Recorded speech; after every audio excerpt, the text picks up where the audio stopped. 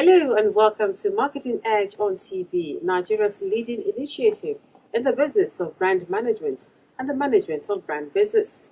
It's a 30-minute potpourri of brand news, branding focus, industry conversation, all in the mix to promote the brand idea. My name is Dele Agadumu.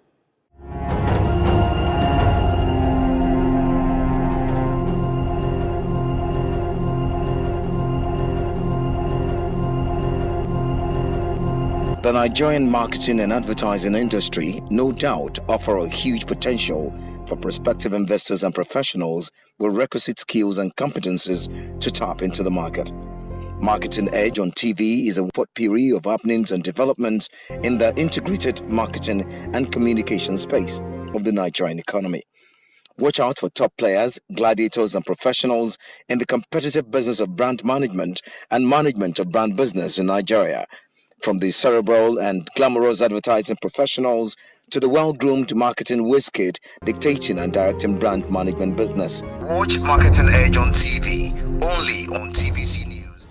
You're welcome to Brand News and Marketing Edge on TV. In what looks like a complete recovery from the setback of the economic recession, Guinness Nigeria has announced that its profit after tax rose by 249% to 6.7 billion naira for the year ended June 30, 2018, compared to the 1.9 billion naira reported in the previous year. The brewery giant also declared a 14% growth in its revenue from 125.92 billion naira in 2017 to 142.98 billion naira in 2018. Well, this is a welcome development for a company which in 2016 posted a loss of 2 billion naira. That's about $6.4 million for the 12 months through June, compared with a profit of 7.8 billion naira a year earlier. Guinness Nigeria's performance also reflects the country's gradual recovery from the 2016 recession. However, analysts have warned that this is not a sign that the brewery industry was out of the woods just yet, as consumers' purchasing power is still relatively weak from the recession.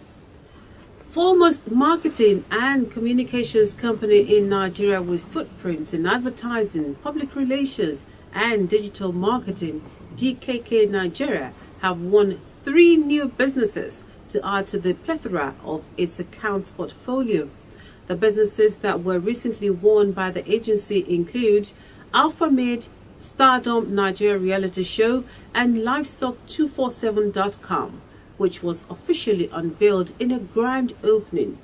The chief executive, DKK Nigeria, Mrs. Tokwe Jemerigbe, who was very elated by the accounts won, enthused that the agency will be providing a 360-degree service to all its clients. Leading dishwashing detergent from the stable of PZ Cussons Nigeria PLC, Morning Fresh, has relaunched a new transparent bottle of its product into the Nigerian market. The new look Morning Fresh was unveiled to the public recently in Lagos by the managing director PZ Cussons Nigeria PLC, Mr. Alex Goma, who said the new transparent bottle shows the commitment of the company to continuously provide authentic, unrivaled value to its consumers. Morning Fresh, which has been in Nigeria for 25 years and has established itself as a leading dishwashing liquid brand.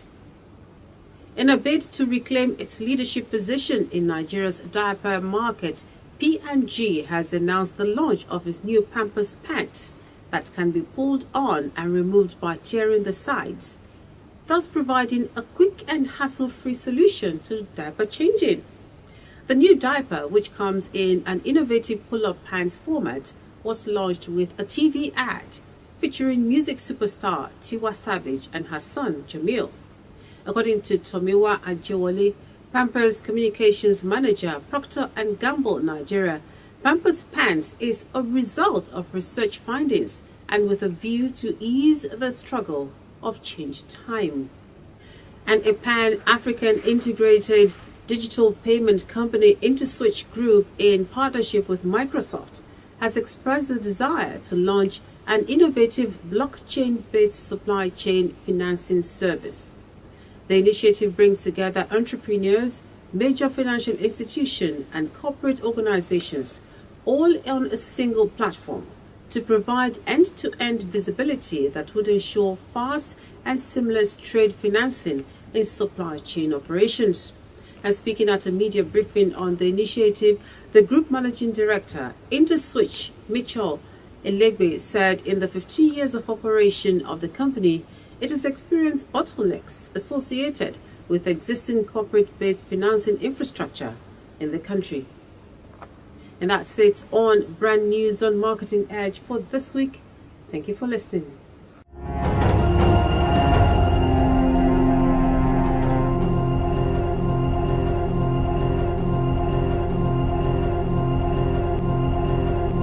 The Nigerian marketing and advertising industry no doubt offer a huge potential for prospective investors and professionals with requisite skills and competencies to tap into the market.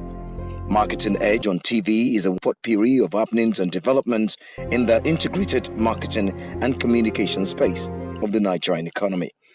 Watch out for top players, gladiators, and professionals in the competitive business of brand management and management of brand business in Nigeria. From the cerebral and glamorous advertising professionals to the well-groomed marketing wizkid dictating and directing brand management business. Watch Marketing Edge on TV, only on TVC News. After months of uncertainties and heated legal battles, the dust finally settled over the new ownership of Nine Mobile Communications. In a recent statement by the Nigerian Communications Commission (NCC), Teleology Holdings was said to have emerged the preferred bidder ahead of Smile Telecoms Holdings after bidding $301 million for the telecommunications firm. This development may have brought to an end a 15-month-long acquisition process supervised by Barclays Africa, the transaction advisors, promoted by Adrian Wood, the pioneer chief executive officer of MTN Nigeria. Teleology emerged as the new owner of Nine Mobile, formerly Etisalat, ahead of Smile, which had been the only other bidder in the final round of the takeover bid. Over 10 bidders had earlier showed interest in acquiring the mobile network.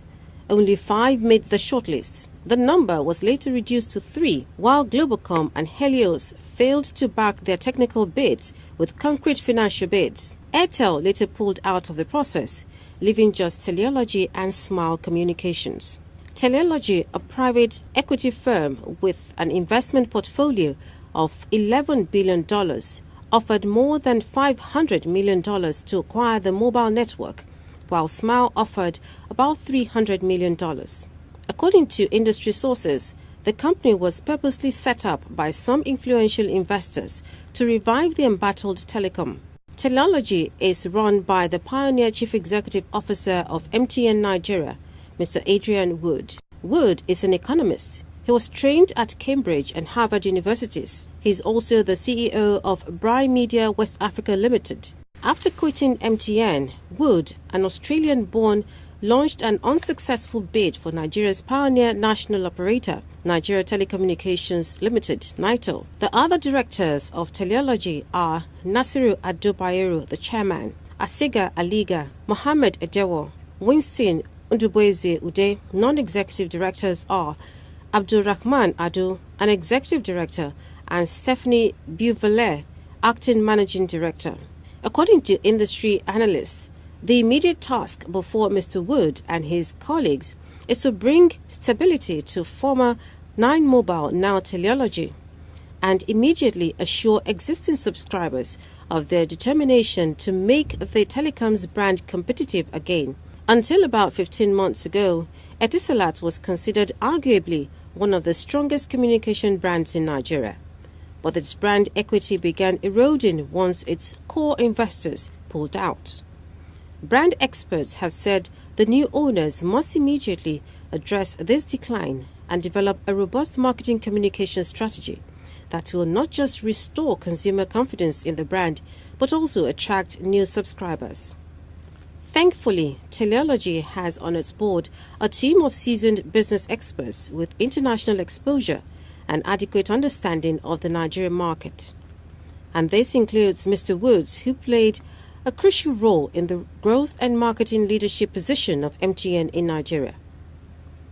At the moment, Teleology is the fourth biggest telecoms brand in Nigeria, with over 9 million subscriber base, but it has a lot of work to do if it must catch up with competition like MTN, which has over 40 million subscribers, Airtel with 26 million users, or Glo with 25 million subscriber base.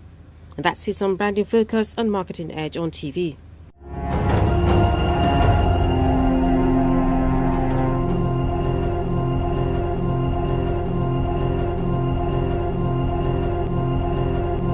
The Nigerian marketing and advertising industry no doubt offer a huge potential for prospective investors and professionals with requisite skills and competencies to tap into the market.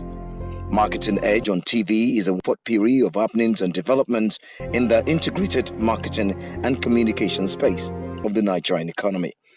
Watch out for top players, gladiators, and professionals in the competitive business of brand management and management of brand business in Nigeria, from the cerebral and glamorous advertising professionals to the well-groomed marketing wizkid dictating and directing brand management business. Watch Marketing Edge on TV, only on TVC News. Welcome to Industry Conversation on Marketing Edge on TV, and my guest today is Oye Akinjende. He is the Regional Director of West Africa for Boomplay Music. Welcome to the show. Thanks for having me. Okay, Boomplay Music. Yes. Can you tell us a bit about what Boomplay entails? So Boomplay Music is a music service that allows music lovers to find their favorite songs from all their favorite artists. Okay. Because of course it's focused on Africa, and the intent of Boomplay Music is to actually build the biggest music ecosystem that allows artists to be able to make enough revenues and sustain their lifestyle. Okay, so now, so it's basically for artists to get their music out there and earn something. And for users to also be able to listen. Okay. And it's more like a entertainment ecosystem, because beyond just music, music lovers or content lovers can find videos on it. They can also we have a buzz section where basically there's entertainment news. Okay. Things happening on it, so they can also read, be up to date. So it's just about interacting with each other on the musical platform. Okay, so how would you assess the digital space in Nigeria currently? It's growing. It's growing very, very fast. You know, I mean, if you take Boomplay for example, we started 3 years ago, and today we have over 6 million users on it. So it is as data becomes cheaper and as smartphones become cheaper as well, people are able to latch on to the internet space quicker. So I think the last numbers from NCC was that there are about 60 million internet devices in Nigeria. So it is growing at a fast rate and is helping the digital natives, as you say, latch on quicker, because they're able to do everything they want to do. So whether internet shopping, whether listening to music, whether just using social media, they can do all that now. Okay, so what are the current trends in the digital music ecosystem? Current trends, it's basically streaming is getting bigger and bigger. Okay. Before, people used to just buy music.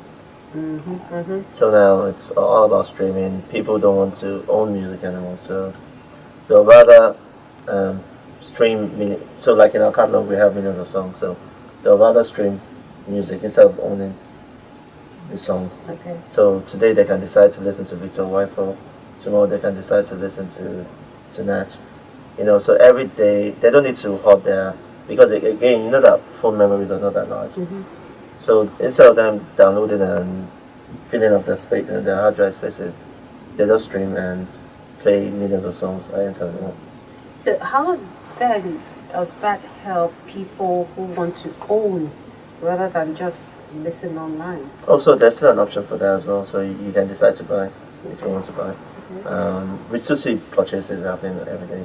Okay. You know, so for the ardent music lovers, they would want to collect the Okay. songs. You know, I still buy music. You know, once I love, if I've streamed an album for a long time and I really like it, I want to own it.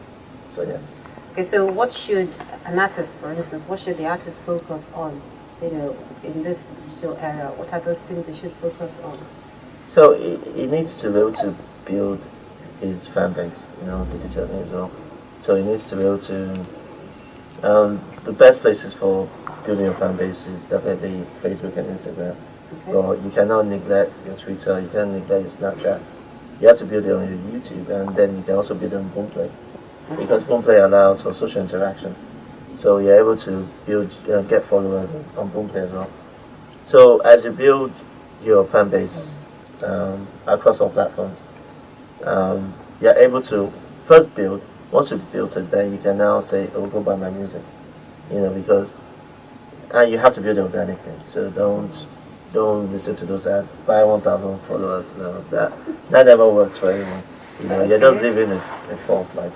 Ah, okay. So build it organically. I mean, it's better for you to have 300 users that were engaged. When you say, "Can buy my music," those like 200 will can buy. Then have 10,000 and only 20 will buy. So build it organically, build it truthfully, you know, and grow it. You know, even beyond your music, you can build interesting content that will get more people interested. So we've seen a lot of people like, typical example like Fowls.